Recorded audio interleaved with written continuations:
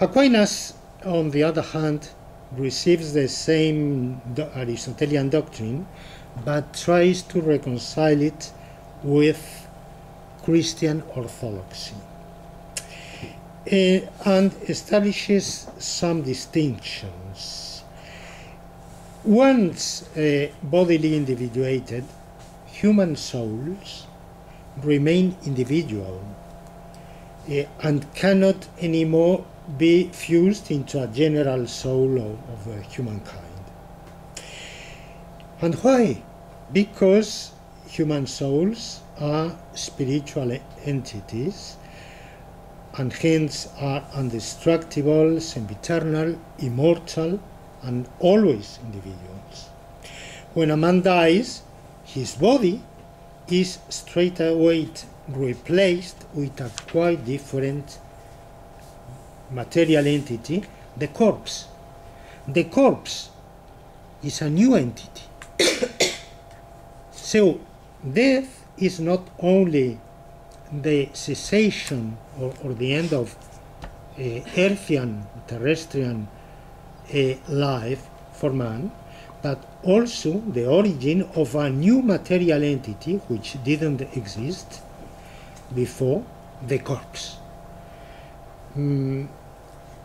If it is a new entity, then it has not only matter, but also some form. What form? The cadaveric form, forma cadaverica. What is the cadaveric form?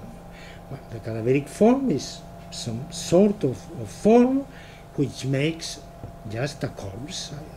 What was before, not what, where we have before a living body, now we have a corpse, which is a different issue. And Aquinas, of course, raises the issue of the resurrection of Christ. The 3 days which Jesus Christ spent in when outside earth, when he died, his body was replaced by his corpse, but later his corpse was again replaced by his body. Well, do corpses have rights or not? Well, that may sound to you an odd question, but from a legal point of view, that is quite important. And it was a Pope, Boniface VIII, at the end of the 13th century, who ruled that corpses have rights, and in particular the right to integrity. And I'm sorry, the right to integrity, to wholeness. And that right to wholeness means that he forbade a practice which was common at the time, was to bury a dead man at a different place from that where he had died. For instance, a Frenchman died in Rome, his remains were taken to France and then buried in France. But owing to the technical limitations of the time, of course, bones had to be broken and taken into pieces and then taken to the destination. And what the practical reasons were? Just lack of space and transportation? Yeah. The smallness of the carriages, it was impossible to and the Pope argued that kind of practice encroached upon the dignity, the integrity, the respect we owe to the dead ones, and so he forbade the practice. In the same way, in the 19th century, the Catholic Church forbade cremation because it was against the integrity, the wholeness of the body. The dead body, the corpse, had to be left to the course of nature. Of course, everybody knows that sometime later the worms or whatever are going to take part of that body into the course of nature, but that course of nature has to be left to itself and not tampered with.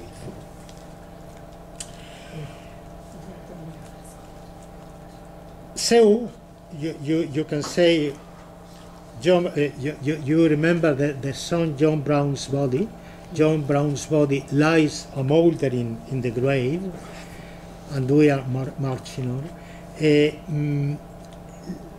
The notion, the legal conception at that time was that John Brown's body, or everyone's body, is to be left to rot naturally through natural cause, but not tampered with or dismembered or mutilated or whatever.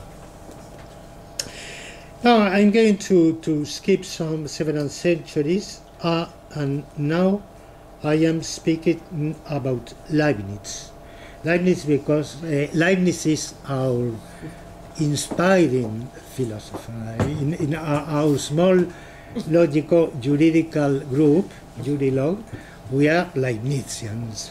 We profess the idea.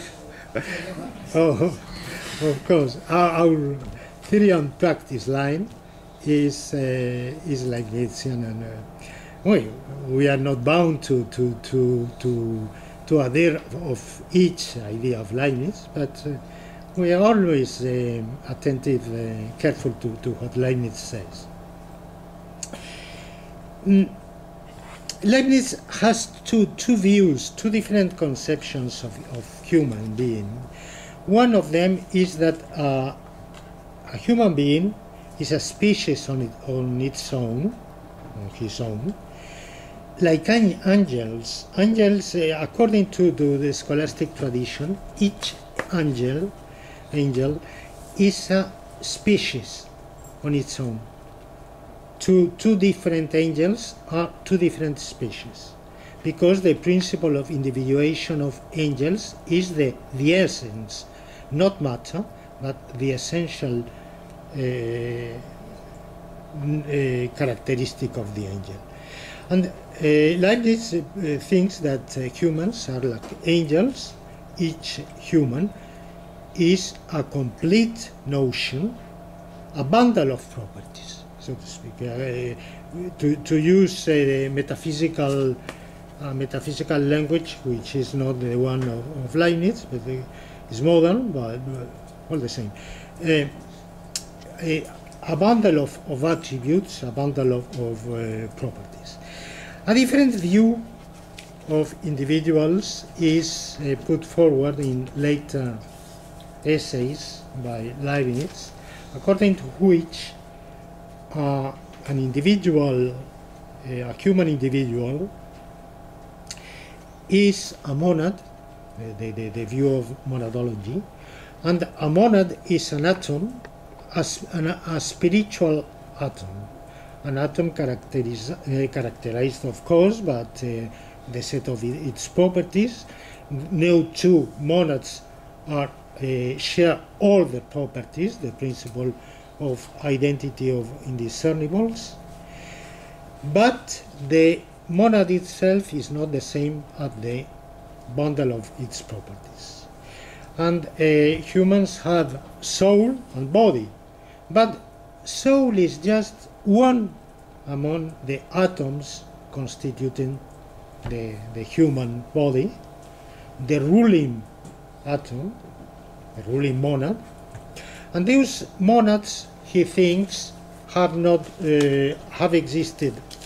always existed, will always exist, are not extinguished with death and don't start existing when the man or woman is born or is begotten.